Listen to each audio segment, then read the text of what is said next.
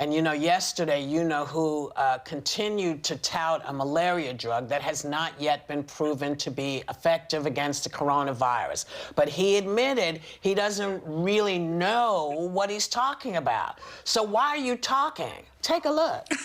The other thing that we've bought a tremendous amount of is the hydroxychloroquine. If you're a doctor, a nurse, a first responder, a medical person going into hospitals, they say taking it before the fact is good, but what do you have to lose? So what do I know? I'm not a doctor. I'm not a doctor, but I have common sense. And would you also weigh in on this issue of hydroxychloroquine? What do you think about this, and what is the medical evidence? That question? Yeah. Well, Maybe 15 times.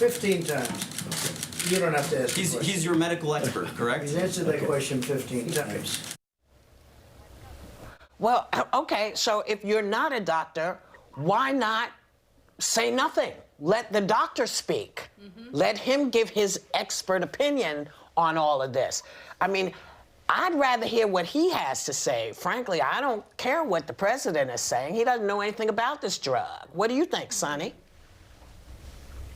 Well, I completely agree with that. And what's interesting is that Dr. Fauci has been very clear, and he said that this drug, there's only very anecdotal evidence that it can be helpful with COVID-19. The FDA has not approved it for treatment with COVID-19. Yeah. And my concern is if the United States is stockpiling this medication, those that need it to treat diseases like lupus. I have a very good friend that has lupus who cannot now find this medication that treats her lupus. That is a significant problem. I want to know, why is the president so convinced that this is the medication that needs to be stockpiled? What is in it for him? And let's face it, there's always something in it for this president when he wants to tout something. And so I'm very uncomfortable with this newfound love of hydroxychloroquine. I just don't understand it, especially when the experts are saying that it's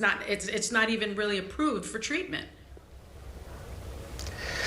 That's why I love me some Tommy Lee. We'll talk more about this when we come back. Hey, welcome back. We were just talking about a malaria drug that hasn't been proven to be an effective fighter against the coronavirus. Megan? Yeah, I mean, what was your takeaway from all this? Yeah. I watched the entire press conference yesterday, and they were very long and they are very scattered. And I have a little bit of envy for our friends in the UK that have leaders that are just keeping things concise and tight and inspiring.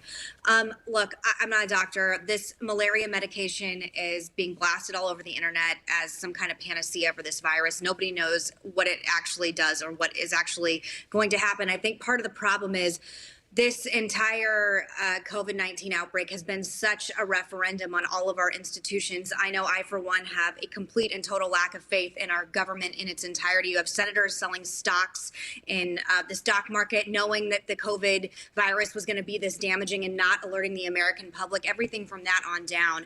So I think when you have this kind of intense distrust of institutions, people are naturally going to become conspiratorial.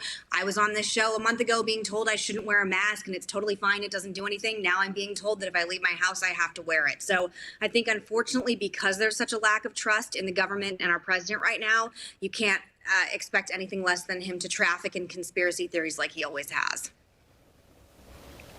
Sarah, do you think there's anything to get out of these press conferences?